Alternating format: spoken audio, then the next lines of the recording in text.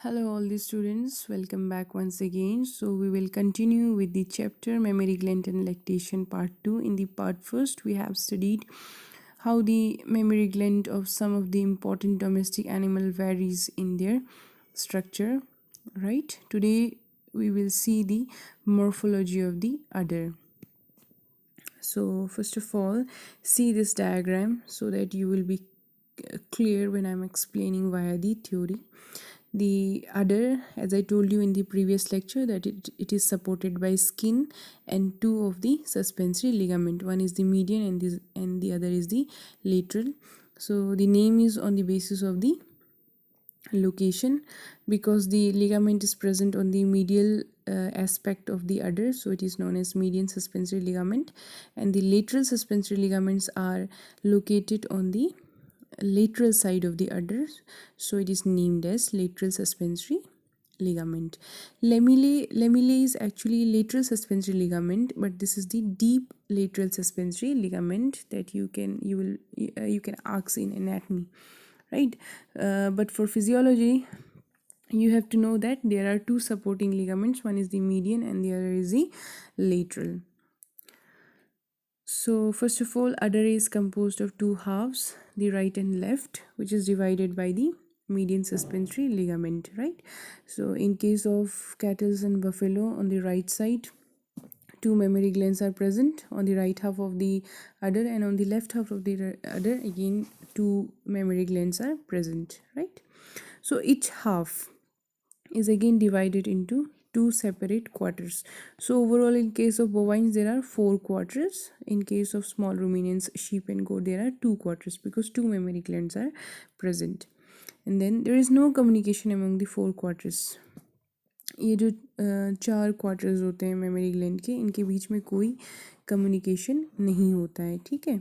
इसका plus point क्या है? प्लस पॉइंट ये है कि अगर किसी एक क्वार्टर में मेस्टाइटिस हो जाता है या किसी एक क्वार्टर में किसी भी प्रकार की डिजीज़ कंडीशन हो जाती है, तो it will not get transfer to the rest of the quarters, क्योंकि उनके बीच में किसी भी प्रकार का कोई भी कनेक्शन नहीं है। ईच क्वार्टर एक दूसरे से कम्प्लीटली demarcated है, right?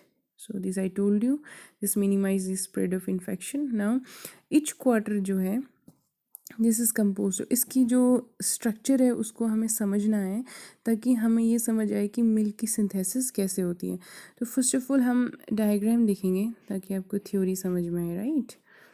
So you can see the diagram, ये मैंने खुद ड्रॉ किया है सो दैट आपको अच्छे से समझ आए। सबसे पहले आप ऐसे समझें, जो अडर है, ठीक है, वो कैसे बना है? अडर सेल्स से बना है। हर ऑर्गन, हर टिश्यू सबसे पहले सेल से बना होता है, ठीक है। तो इसमें जो सेल है उसको हम सिक्रेटरी सेल्स बोलते हैं।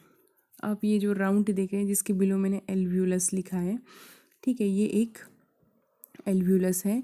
ये बहुत सारे, इसकी जो एल्व्यूलस ये स्ट्रक्चर है, इसके वॉल में बहुत सारे सेल्स होते हैं जिनको हम इपिथेलियल सेल्स या सिक्रेटरी सेल्स बोलते हैं।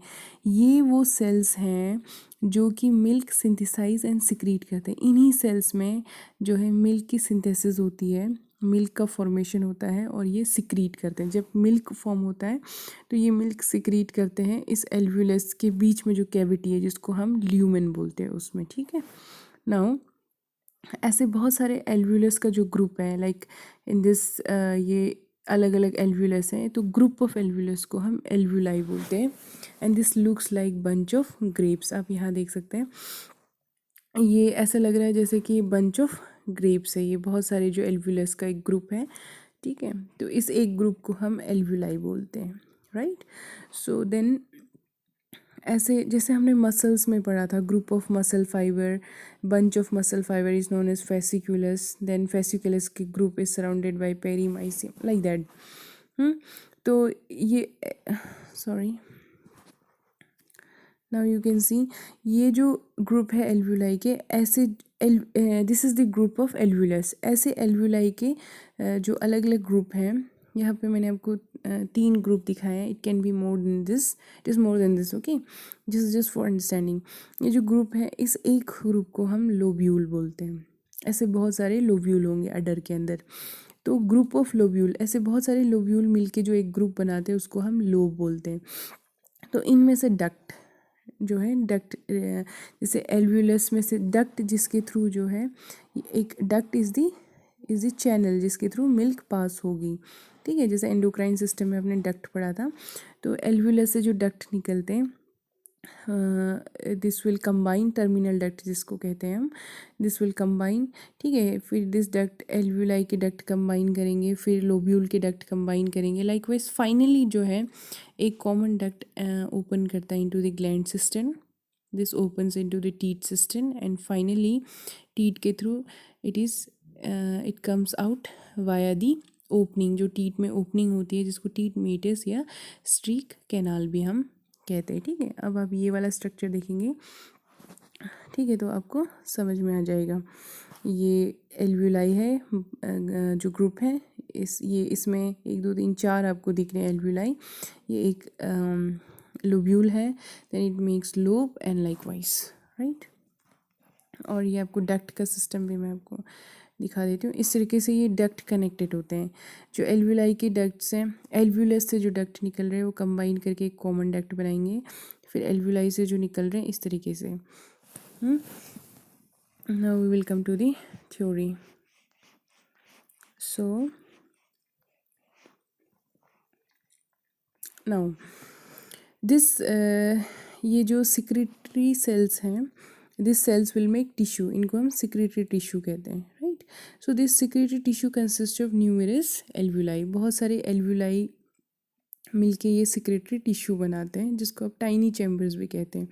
तो ये जो प्लूरल में हम एल्व्यूलाई कह रहे हैं, सिंगुलर में एल्व्यूलस, ये जो एल्व्यूलस है, ये एल्व्यूलाई है, this are lined, the walls are lined with many secretory cells, right.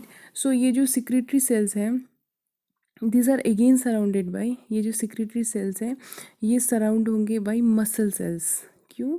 Muscle cells, जिनको हम मायो इपिथेलियल सेल्स भी बोल रहे हैं। वाई? क्योंकि मसल सेल्स जब कॉन्ट्रैक्ट करेंगे तभी ये इपिथेलियल सेल्स भी जो है इसका कॉन्ट्रैक्शन होगा, और उसके अंदर जो मिल्क है वो एल्व्यूलस के ल्यूमेन में रिलीज होगा, right. So this small muscle fibres called myoepithelial cells surround each alveolus, alveolus को सराउंड करते हैं, which causes the contraction of the alveoli and produce the let down of milk, right. So alveolus से जो duct निकल रहा है उसको हम टर्मिनल डक्ट कहते हैं। As I told you, cluster of alveoli यानी कि ग्रुप ऑफ एल्व्यूलाई को it resembles like a bunch of grapes, जिसको हम लोब्यूल कहते हैं। ग्रुप ऑफ लोब्यूल्स को हम लोब कहते हैं। और एल्व्यूलस से जो टर्मिनल डक्ट निकल रहे हैं ये यूनाइट करके बनाते हैं एक कॉमन डक्ट, जिसको हम कहते हैं इंट्रालोब्यूलर डक्ट। लाइकवाइज ये सारे डक्ट्स अल्टीमेटली कंबाइन करते हैं, जो वेरियस लोब्यूल से डक्ट निकल रहे हैं वो कंबाइन करके एक कॉमन डक्ट बनाएंगे, जिसको हम इंटरलोब्यूलर डक्ट कहेंगे।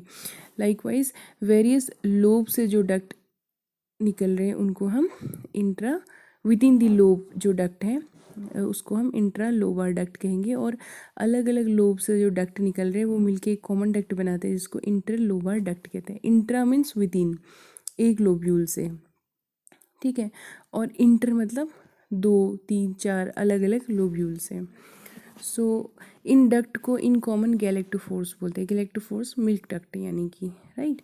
फिर यहाँ से ये डक्ट कनेक्ट होके milk will pass to the gland system, जो मैंने आपको दिखाया था, जिसको मिल्क सिस्टम भी बोलते हैं, all right. So then this gland system will continue into the teat system. Gland system and teat system जो है इनके बीच में एक सेपरेशन होता है, that is the annular fold के थ्रू ये सेपरेट होते हैं, ठीक है। टीथ सिस्टम जो है again, teat system leads to the streak canal. Streak canal जो है स्लिट लाइक ओपनिंग होती है जिसके through milk will come out. Streak canal जो है this is again surrounded bye a muscular sphincter, यानी कि स्ट्रीक कैनाल जब मिल्किंग नहीं हो रही है तब ये क्लोज्ड रहती है। अगर ये क्लोज्ड नहीं रहेगी तो जो मिल्क सिंथेसिस एक कंटिन्यूस प्रोसेस है, राइट। मिल्क की सिंथेसिस तो होती रहती है, लेकिन मिल्क जो रिलीज़ होती है, लेट डाउन जिसको बोलते हैं, टीट में से मिल्किंग के टाइम पे जब कोई स्टिमुलस होता है, जैसे काफ की सकलिंग एक स्टिमुलस है, या हैंड से मिल्किंग करते हैं तो स्टिमुलस मिलता है। जब स्टिमुलस मिलता है तब मिल्क रिलीज़ होती है, स्ट्रीक कैनाल ओपन होते हैं। ओपन कैसे होते हैं? उसमें जो मस्कुलर स्पिंस्टर है ये कॉन्स्ट्रिक्टेड स्टेट में होते हैं जब, तो स्ट्री कैनाल क्लोज रहता है। स्टिमुलस जब मिलता है तो ये रिलैक्स हो जाते हैं, ओपन हो जाते हैं, तो मिल्क बाहर रिलीज होती है। अगर ये मिल्क स्पिंस्टर मस्कुलर स्पिंस्टर नहीं होगा तो जो मिल्क तो कंटिन्यूस प्रोसेस है, सिंथेसाइज हो रहा है, यानी कि टीथ के थ्रू मिल्क जो है रिलीज होती रहेगी। इसीलिए मस्कुलर स्पिंस्टर का होना ज़रूरी है, ताकि स्ट्रीक कैनाल यानी कि जो ओपनिंग है टीथ मीटिस ये क्लोज रहे। ठीक है, this will prevent the leakage of milk. तो एक मिल्किंग से दूसरी मिल्किंग के बीच में जो टाइम है, उस टाइम पे मिल्क लीक ना हो, उसके लिए muscular sphincter is there. Also ये स्ट्रीक कैनाल जो है, this is the opening in the teat, जिसके थ्रू एनवायरनमेंट में जो बैक्टीरियल कंटेमिनेशन है या any other source of contamination है, this can enter into the udder and can cause infection, इसको भी प्रिवेंट करता है। So streak canal prevents the escape of milk between milking and act as a barrier to the entry of bacteria, right. So sometimes other name आपको पता होना चाहिए। Gland system जो है, इसी को जो सारे डक्ट सिस्टम है, ultimately this opens into the gland system, जिसको साइनस लेक्टिफेरस भी बोलते हैं, अडर सिस्टम भी बोलते हैं। This finally opens into the teeth system and teeth systems opens into the streak canal. ठीक है। सो मिल्किंग एक कंटिन्यूस प्रोसेस है, सिंथेसाइज होता रहता है मिल्क पूरे लैक्टेशन पीरियड में, एंड देन इन डक्ट में, इन ग्लैंड सिस्टम में, टीथ सिस्टम में ये स्टोर्ड रहती है अंटिल मिल्किंग स्टार्ट्स, राइट। एक इस स्ट्रक्चर में आप देख सकते हैं सुपर न्यूमेररी टीथ। ये क्या होता है? Extra teeth. ठीक है, बहुत सारे आप में से बहुत सारे लोगों ने देखा होगा कि in case of milch animal या कैटल के, बफेलो के केस में 50% ऑफ द केसेस में आपको एक्स्ट्रा टीथ देखने को मिलेंगे। ये एक्स्ट्रा टीथ जो होते हैं, इनमें कोई स्ट्रीक कैनाल नहीं होती, यानी कि इनके थ्रू कोई मिल्क रिलीज़ नहीं होता है, इनका कोई कनेक्शन भी नहीं होता है। सो इनको जो है रिमूव करना ही बेटर है। So this I have shown you. हाँ, as I told you 50% cases में आपको एक्स्ट्रा टीथ्स देखने को मिलेंगे, but they don't have any streak canal, यानी कि no connection to the internal structure of the gland, and milk does not is not, because there is no opening, कोई opening नहीं है, so no secretion of milk through it, so it is better to remove that. Okay, so teat meters यानी कि streak canal का जो size है, okay, this depends on the which species or which breed is that. High milk producing animals जो होते हैं, उनमें size जो है स्ट्रीक कैनाल का लार्ज होता है, राइट। और एक और चीज़ जो आप में से बहुत सारे लोगों के घर में प्रैक्टिस ये होती होगी कि मिल्किंग के बाद एकदम से जो तुरंत जो है, जो मिल्च एनिमल है, उनको बैठने के लिए नहीं दिया जाता है, क्योंकि मिल्किंग के तुरंत बाद जो टीथ है ये ओपन रहती है। सो देर इज़ चांसेस कि जो भी कंटेमिनेशन है, this can enter into the udder and can cause various disease condition, managemental disease condition like mastitis. इसीलिए कुछ देर के लिए दैट एनिमल को स्टैंडिंग पोजीशन पे आपको रखना है। उसके लिए आप फ्रेश उसको फीड प्रोवाइड कर सकते हैं, या any other kind of hurdle you can use, so that the animal remains in standing position for a while, right. So that's it. And अब इन स्ट्रक्चर को देख लेंगे ताकि आपको ये समझ में आ जाए। होप अगर आपको ये डक्ट समझ में नहीं आ रहा है तो मैं आपको फिर से बता दूंगी, राइट।